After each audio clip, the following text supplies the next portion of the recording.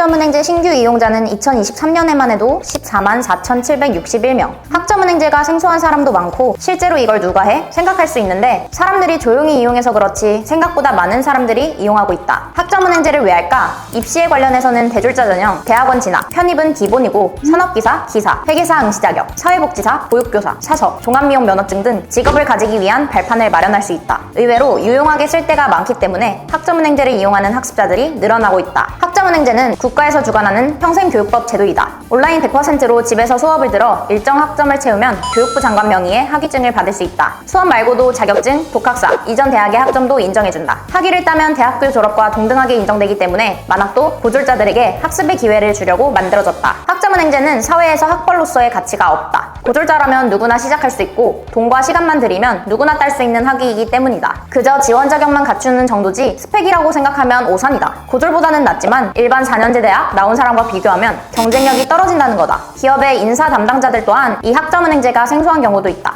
이런 사회적 인식 부족으로 인해 학점은행제는 목표를 이루기 위한 수단 정도로 활용하는 게 똑똑한 방법이다. 추가적인 스펙을 갖추려면 공신력 있는 자격증이라도 취득해서 노력을 따로 증빙해 인식을 만회해야 하고, 학벌 개선이 목표라면 학점은행제를 이용해 편입을 하거나 대학원 진학을 하는 게 낫다.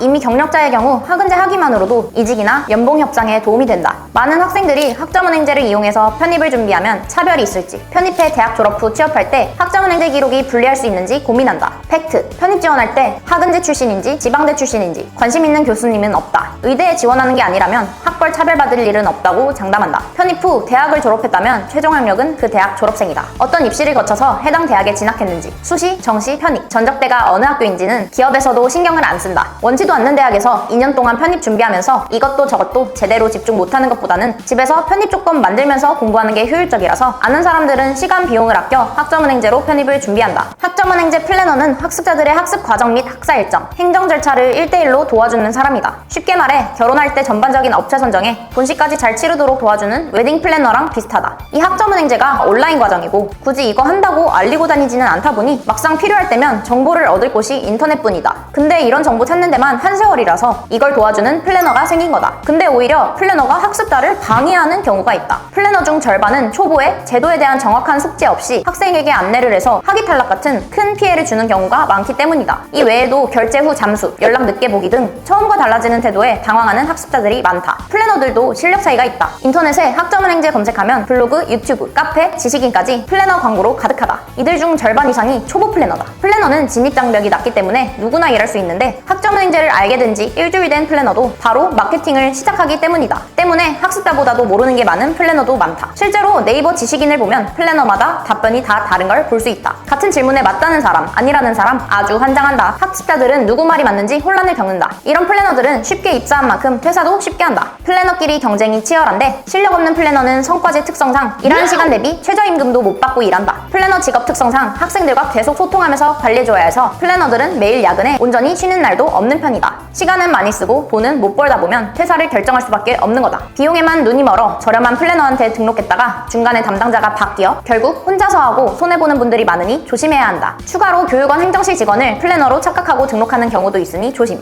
6시 이후 연락 안 되는 사람은 행정실 직원이다. 이런 불상사를 방지하려면 전화 상담을 통해 학점은행제 과정에 대해 제대로 공부한 전문성 있는 플래너인지 판단해볼 필요가 있다. 상담은 무료라 마음껏 해봐도 되는데 2~3명만 전화해봐도 충분하다. 전문성은 티가 난다. 이해하기 쉽게 설명해주고 나를 잘 챙겨줄 것 같은지도 함께 보면 된다. 그래도 비대면으로 플래너를 구하는 게 못 믿어올 수 있다. 이런 경우 유튜브 채널을 통해 플래너를 고르면 좋다. 이들은 채널과 본인 얼굴을 걸고 학생들을 모집, 관리하기 때문에 문제가 생길 확률이 현저히 낮다. 보통 팀으로 채널을 운영해 플래너가 개인 사정이 생겨도 인수인계가 확실한 편이다. 학점은행제 교육원은 413개나 된다. 이렇게 많으니 학습자들이 교육원 선택을 고민할 만하다. 교육원을 선택하기 전에 해야 할 게 있는데 내가 원하는 전공으로 학위를 딸 수 있는지 먼저 파악해야 한다. 학점은행제 사이트에서 표준 교육과정을 보면 전공이 보시는 것처럼 엄청 많다. 근데 이 모든 전공의 수업을 들을 수 있는 게 아니다. 즉 모든 학과로 다 학위를 딸 수 있는 게 아니라는 거다. 수업이 없는 전공은 시작했다고 해도 전공 학점이 모자라서 학위를 못 딴다. 이건 교육훈련기관에 검색해보면 알 수 있다. 교육원은 온라인도 오프라인도 있는데 내가 원하는 수업이 온라인으로 가능하면 무조건 온라인이 낫다. 보통 비용 차이가 최소 2배 이상 나기 때문이다. 땡땡대학 부설교육원, 땡땡대학교 평생교육원, 전산원 등 간혹 대학교 평생교육원을 졸업하면 해당 대학의 졸업생으로 인정된다는 사람들이 있다. 맙소사, 이게 그 대학 졸업장으로 인정된다면 명문대 가려고 노력하는 사람은 없을 것이다. 졸업장도 대학 졸업장과 다르게 학점은행제 표기가 되기 때문에 주의해야 한다. 심지어 이런 오프라인 교육원은 시간표도 정해주고 개강일도 1년에 딱 2번씩인데 학생 모집이 안 돼서 폐강되는 경우도 부지기수라 시작해도 평생 학위를 못 딸 수 있다. 오프라인 과목은 과목당 20에서 70만원, 온라인 과목은 4에서 15만원 정도다. 오프라인 특성상 시간 비용이 많이 들고 학점은행 제도라서 장학금도 없기 때문에 신중하게 선택해야 한다. 학은제 비용은 교육원별로 3만원, 6만원, 9만원, 15만원 등 다양하다. 왜 이런 차이가 있는 걸까? 온라인 교육원 기준으로 인문계열은 4에서 9만원, 컴퓨터공학을 제외한 공학계열은 15만원부터 시작한다. 공학계열은 전공 과목을 운영하는 교육원 자체가 매우 적어 독점으로 운영되어 과목당 비용을 비싸게 받는다. 일반적으로 수요가 많은 기계공학 같은 경우 과목당 25에서 30만원이다. 인문계열의 경우 교육원이 많고 과목이 다양하게 열려 있어서 선택지가 많다. 일단 교육원 고를 때는 플래너랑 같이 할지 말지를 정하면 된다. 플래너가 수업 과정 및 행정 절차를 4개월 동안 전반적으로 도와주기 때문에 서비스 비용이 포함되어 과목당 비용이 비싼 편이다. 여기서 주의할 점, 플래너에게 따로 지급하는 돈은 없다. 플래너가 안내해주는 교육원의 수강료에 관리 비용이 포함되어 있는 것이다. 저렴한 가격이 1순위인 경우 혼자 하는 교육원으로 알아보면 되는데 혼자 하는 교육원은 과목당 최소 3에서 6만원대, 플래너랑 같이 진행하는 경우 75,000원에서 9만원이 정가이다. 여러분이 진행한 학점은행제에 대한 모든 정보는 12.5월.kr 학점은행제 사이트에서 확인 가능하다. 하지만 이 학점은행제 법을 일일이 읽어보고 내 상황에 적용하려면 어렵고 귀찮을 것이다. 그렇다면 프로필 링크로 연락하면 된다.